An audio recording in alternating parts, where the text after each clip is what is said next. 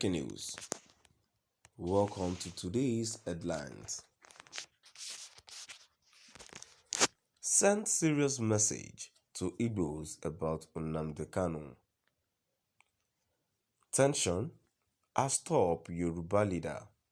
Send serious message to Igbos about Nnamdi Kanu. To my dear listeners from wherever you're listening from, stay tuned as I read today's news. Adebanjo, the head of the Afenifere socio-cultural group, has urged Igbo's leaders not to antagonize Mazi Nnamdi Kanu, the leader of the indigenous people of Biafra (IPOB). Justice Binta Onyako granted bail conditions to the leader of the indigenous peoples of Biafra (IPOB) during his trial in 2017.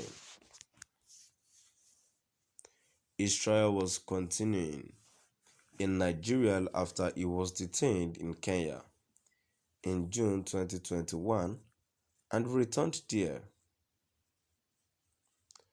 Kanu has been in the care of the Department of State Service since his extradition, DSS. The number of counts in the initial charge, bordering on treasonable felony, has now been increased from 7 to 15 by the federal government, which was filed on Monday, January 17th. It was signed by MB Abubakar, the Director of Public Prosecution, DP, as the 15-count amended charge FHC ABJ CR 383-2015. Adebanjo, on the other hand, told the Niche that Kanu had done nothing wrong and urged Indigo not to alienate him. To avoid provoking IPOB, he told them don't antagonize them. Despite the fact that Adebanjo has never met Kanu, he believes the imprisoned IPOB leader will be the Igbo people's savior. As a fellow Igbo, I have never met Nnamdi Kanu, but he will be your Igbo savior. As an explanation, Adebanjo, an Obafemi Awolowian protege, stated, but for Nnamdi Kanu and Sunday Igboho, restructuring will not be on the front burner of discussions in the country today. The issue was brought to the forefront by both of them. A 93-year-old Yoruba leader regrets that just as the restructuring issue was gathering momentum, the Igbo were thrown a bait of who will be president and an otherwise proud, intelligent people with all their education are allowing those who have only primary school education to dribble. Adebanjo claimed that Indigo are unaware of the IPOB assets they possess. IPOB's ability to mobilize the people and tell them not to leave despite the governor's positions is significant. As Adebanjo insisted that mobilization was critical because it does not trust the Fulani, he now advises the Yoruba to follow his lead. There are no Fulani men. There are no Fulani men I can trust. Governor Akeredolu was told by me that passing a resolution is fine. But first rally your supporters. There will be no restructuring and no election.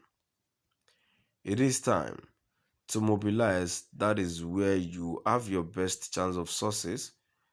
Fulanis can be found all over the country, so don't resort to violence against them.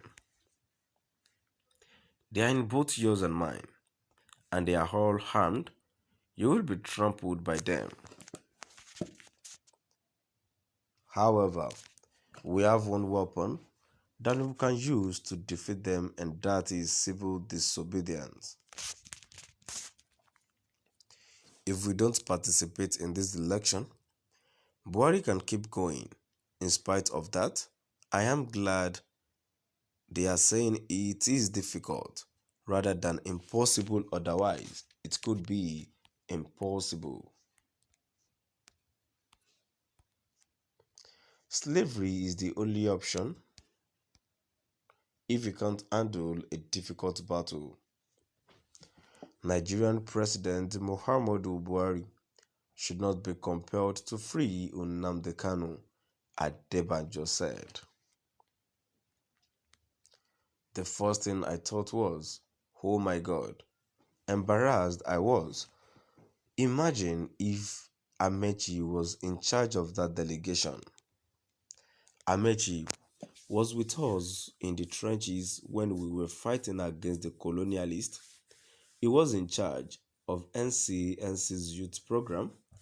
The action group was where we all start.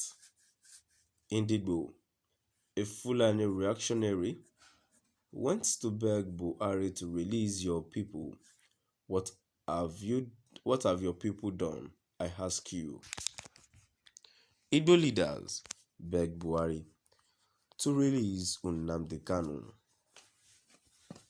Igbo executives who visited President Muhammadu Buhari at Aso Rock on November 19, 2021, sparked a wave of dissenting views from Nigerians on the issue of the country's future. As soon as Femi Adesina, the president's special advisor on media and publicity, revealed that Igbo leaders had met with the president to ask for Nnamdi Kanu's release, the social media went into overdrive with excitement and speculation about the meeting. Former Aviation Minister Mbazoike Amechi led the group that begged Buhari to release Nnamdi Kanu, a First Republic parliamentarian who is now 93-year-old, Eastern critic. Although the Igbo leaders' demand was heavy, President Muhammadu Buhari said he would consider it. To my dear listeners, now we've come to the end of our today's news. Please do drop by at the comment section and let us know what your view is all about. Thank you for listening.